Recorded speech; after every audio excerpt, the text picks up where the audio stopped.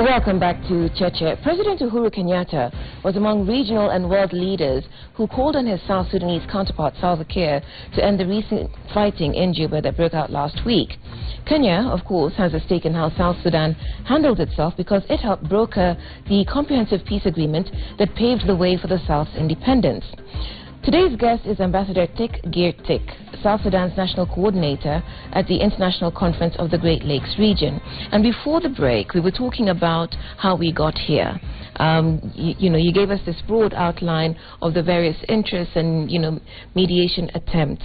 But when we come to the South Sudanese themselves, because you keep talking about IGAD failing, regional actors, external interests, you seem to absolve the South Sudanese and the leaders of any responsibility for what's taking place. Well, South Sudan, as I said earlier, is a new country. And 5 years old on Saturday. 5 years old last Saturday. And we have been going through hell with our brothers in the North Sudan. We fighting since independence of the country. So it seemed that we knew nothing other than wars. But having said that, when we voted during our referendum for independence of our country, we voted unanimously to break away from Sudan. As a young country, we, like all the other countries before us, had a lot of challenges that are not isolated from other countries' challenges. But unfortunately, we were not given a space with which to go about our business, to run our own country. You are not given space by who? I'm coming to that. We're not giving space by interested party. South Sudan is endowed with a lot of resources, and the first agreement, the Comprehensive Peace Agreement that was signed here in Nairobi on 9th January 2005, it stipulated that all the outstanding agreement on the explorations of resources in South Sudan remains intact, including the Chinese involvement in the explorations of oil in the South Sudan. It seems the arrangement that was made became our challenge as far as other actors were concerned. Some of them that might have stood with us firmly during our liberation struggle found themselves excluded from putting in their hands. The spoils of war. Yes.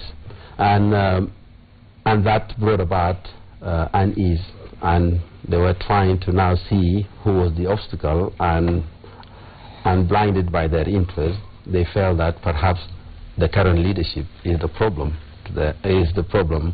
giving them access to put their hands in the resources. And hence the crisis that happened in December 2013. As you can see, there were elements within the government then that were groomed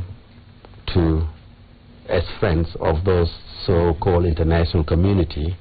And once the president then decided in July 2013 to relieve them of their duties, then there was an outcry internationally that the darlings of the government were now excluded from the government. And perhaps that was the opportunity for the external actors then now to get in and incite what then exploded in December. Several claims there against external actors, against the people whom you're calling coup plotters and their perceived intentions. But if we bring this back home to Kenya, where we are, many Kenyans would argue that part of the problem with South Sudan's inability to secure a permanent peace is that because most of the leaders have their families, outside of South Sudan. They are safe. They're going to school, they're enjoying functioning states, which allows them a free hand to control, manipulate, and fight at will. Well, it is true that we had shortcomings in bringing essential services to our country. it is true that majority of our leaders' families lived abroad. They still do. They still do, but it will be untrue to say that they are careless about the fate of the country because of their family being absent from there. The reality is that there are real challenges within the country itself. Challenges based on the background that we came from, a prolonged war, and having to prioritize starting from the scratch to build a country that was destroyed during the war or never existed. The background that I can briefly paint to you, our main problem that started with the North was due to unfair distribution of resources. Sudan siphoned the resources from the South and neglected investing back in infrastructure and basic essential in the country. So we found ourselves grappling with challenges from the start. And of course, the challenges sometimes can be overwhelming, and personal interest is in terms of delivering for the general welfare of the people, or but your leaders don't care about the people. No, they do. I mean, when you hear the numbers of people dead and being displaced coming out of South Sudan, it boggles the mind. You know, lots of zeros, you know. In this weekend fighting alone, over 300 people killed, okay, over 40,000 displaced. Okay, and we hear from you, and you say, well, that side's not committed. And presumably, if we had a representative from Riek Machar or the, SPLA in opposition, they would say, well, the government side is not committed. We're doing our best. And this is all we hear when we speak to South Sudan's leaders or politicians, that, it's the other side's fault. Nobody talks about restitution to the families that have lost loved ones, lost property, who've been displaced. Okay, you say that it's, external interests. These same external interests you say that are, sabotaging South Sudan's peace, not giving you free rein, are the same people who've been asked to open their borders, expecting an influx of people seeking sanctuary. So where is the sense of responsibility to not just your people, but to the region, to the neighborhood that you're occupy? I think the sense of responsibility will come in when the region then asserts to the politician in the new country to abide by the principle of democracy. And like I keep going back to say that the root cause of the problem... So then you weren't ready for independence. No, we go back to David's point, which is that you needed, international guaranteeing for at least 10 years. Well, I'm going back to say that the politicians are allowing themselves to be incited to serve interests rather than the interest of the people by external actors. And if the region is really concerned about the fate of the people of South Sudan, they should take their hands off. Why should the region be more concerned about the fate of its people than its own politicians? It's all interest-based. But you have a government in South Sudan. Yes. To what extent do they have control of the military and the police? Because if you go to Juba, yes, and a lot of Kenyans will go to Juba, there is chaos there. If you have an accident with somebody in the government, you'll be shot. Or they are looting. To what extent is there a government in Sudan? There are isolated incidences that happen anywhere, not only in South Sudan. Accidents happen, people are arrested or shot anywhere. But to claim here that perhaps Kenyans are targeted would be untrue. A lot of Kenyans are in South Sudan today, and you cannot tell that this one is a Kenyan and this one is a South Sudanese, unless you're trying to claim that they're wearing this weekend's incidents. Yeah. Who will be punished? If there is a government there, who will be punished? There are systems. If you are on the wrong, you will be punished accordingly. So if the government that you have 300 people died because of that man you said he has been inciting people from Nairobi. Well, yes, he's not here, and we can't be clear. So whatever. Sure that I'm asking him what punitive measures will be taken by the government so that it is not repeated. When the incident happened that Thursday evening that resulted in 5 security operators killed, and luckily was contained that time, the president instituted a body to investigate that incident. And unfortunately, that committee was overwhelmed by the following event that followed on Friday. Again, there will be a body that will be instituted to investigate this problem, and I can still continue to point my fingers on this guy who is sitting here in Nairobi using social media to incite hatred among the community. And so we then come back to what the government is doing to close down that avenue of incitement. You should have access to information. Have you filed a complaint? They are on dialogue with your authorities here. Okay. Yes. And then when we come to the issue of investigations, and you say that, you know, this is going to happen, your track record of investigating yourselves and holding yourselves accountable for the actions you take as a government isn't very good. I mean, it's not a very comfortable place for journalists. We know that. You say that you can't distinguish between South Sudanese Kenyans. I think most Kenyans would disagree with you. I've had the privilege of covering South Sudan.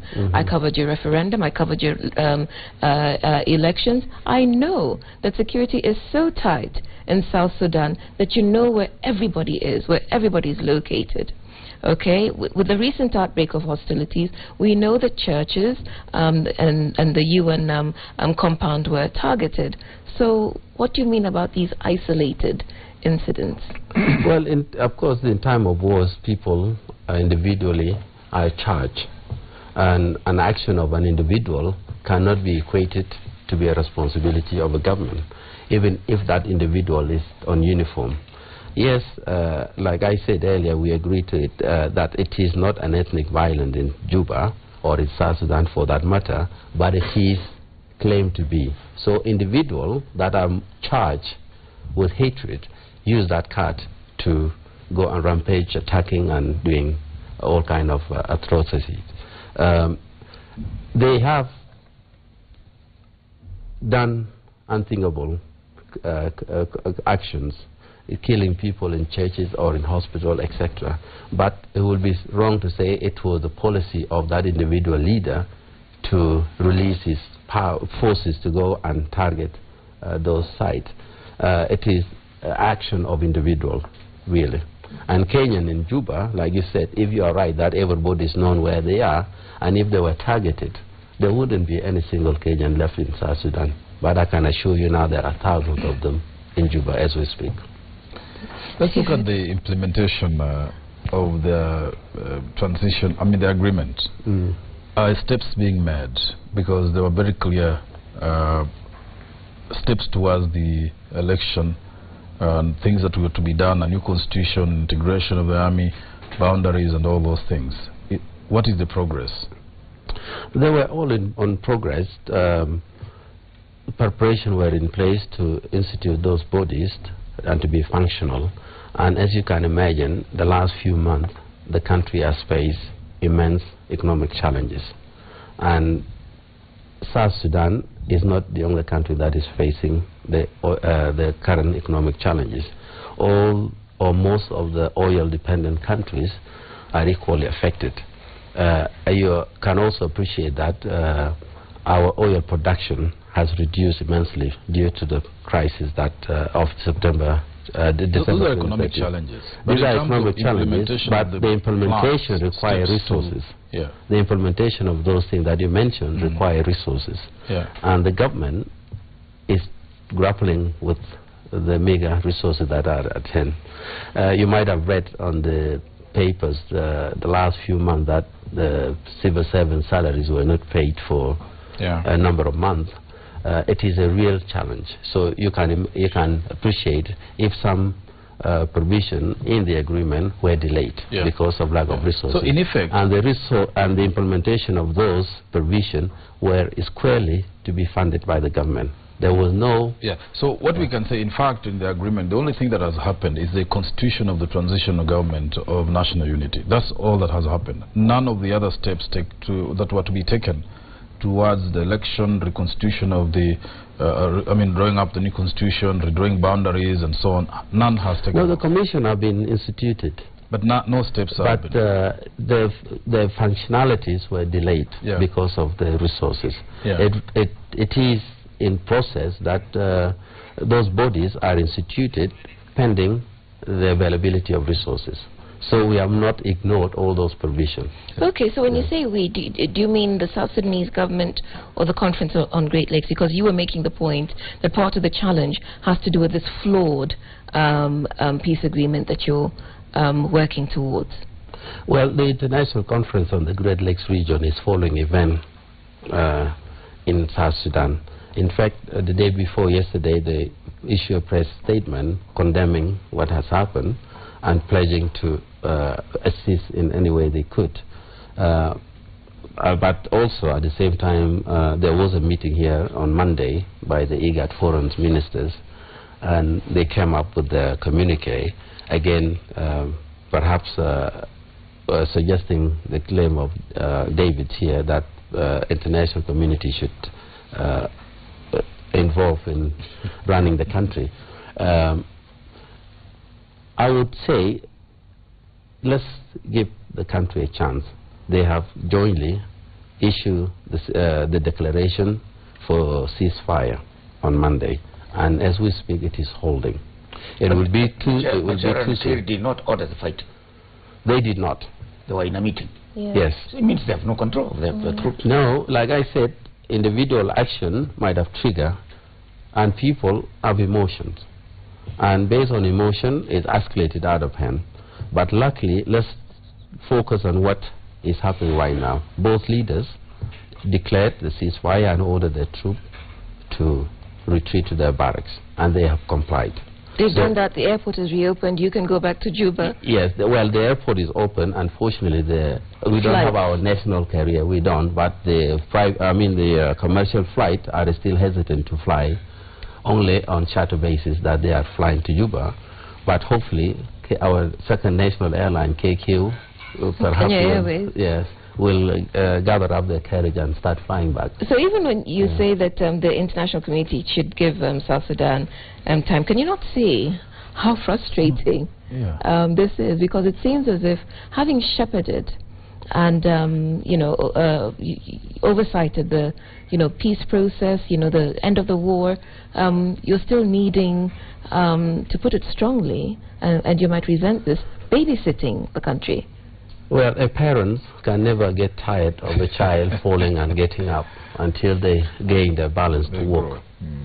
So if they mean well, then they should really be patient to see that child gather their balance and walk straight. So in terms of going forward then, the implementation, you said there's no resources. What else can help to tangibly secure a permanent peace in South Sudan? Well, I will be lying if I say that we are self-sufficient to want to say that don't assist us with resources to help us go over this challenge that we are in. What we do not appreciate is the other extra mile that they would take to want to interfere in the running of day-to-day affairs of the country. But you're asking for free lunches and not expecting to pay for There is no such a thing as free lunch, but we hope there are ways that we could assist ourselves on lieu, then we can be repaid. What is the personal relationship between Machar and Kiir? In public, are they seen in public meetings, public rallies, like used to happen with the Kibaki and Raila, that we are together, so that kind of incitement coming from Nairobi, if they got out of the place of the State House, what we're calling just something, and stood up in the open and said, we are here, what the hell is happening? They did that night. They were caught unaware of what was happening outside the perimeter of J1, and their security leaders were with them in the same very room during that security meeting. So it took a while to get to the bottom of what was happening, and like I said, it was out of hand because people's emotions were charged. Here is one body that was charging in to try and rescue their boss, and their boss was safely in a meeting with his boss. So now you cannot really measure how tense my question is, to ease that kind of tension, those two gentlemen need to be seen together all the time. Yes. It will be work in progress. They were together from when Machar came back with his troops. Yes. Why is it not be possible for them to work as a team? and tell the people we are one country. They have started. They are working as a team. They have held on 1-to-1 or three. If I may ask, they have met several times on their own. The three principals: the president, the first vice president, and the president, more than 5 times to negotiate way out on this complicated piece of I think Mutegi's point has to do with beyond continuing the negotiations to, you know, apportion political spoils. For the sake of the country, can you appear in public together at reconciliation meetings saying we are one country, we are together, so that if they had been doing that, because remember, Riek Machar went back to Juba in April. You've had 2.5 months within which they could have toured all 10 states, because the 28 states was shut down and the 28 states idea hasn't quite flown, which would have meant that if there was someone sitting in Nairobi, as you claim, inciting, people on the ground would not believe it. They would not have been so quick to go to their arms and rally to the defense of their tribesmen. This was all in plan. There was a plan for 3 principals to tour the whole country. When? You don't have much time. No, but I'm coming to that. There are priorities here. We have the provision of the agreement to institute. We have the shortage of resources, so we were grappling with the challenges of resources. Both 3 principals touring the whole country would require immense resources, but the priorities were put for the implementation of the agreement. And again, but these are men of means. These are men of means. It's not as if they have no money of their own. If they were committed to South Sudan's welfare, they could dig into their own personal coffers, couldn't they? You know, and travel. I am not aware of their own personal coffers. So we come back to the commitment, the lack of commitment that the UN Secretary General Ban Ki-moon talked about. Because again, you're waiting for external funding, okay, to go on conciliation tours around the country. There's not the bigness of heart and generosity of pocket to say this is something we can undertake as as South Sudanese. No, we are not sitting waiting for hands out. We are exploring other avenues. We are strengthening our collection of taxes at the border. We are, you know, diversifying away from dependence on oil revenue. Unfortunately, those things do not take up overnight, you know. And we are also hoping that we will reinstate our oil production. As I said earlier, our production was reduced immensely due to the crisis. Some of the sites were destroyed during the war. So hopefully we will reinstate those sites, and at the same time we're praying hard that the oil prices keep going up and catch up with the... We have to take a break. Do you want to continue? Let's continue this after the break. This is Cheche. We're live on Citizen TV. Tell us what you think about securing peace, a permanent peace in South Sudan. Our SMS number is 22422, or you can tweet us using the hashtag Cheche.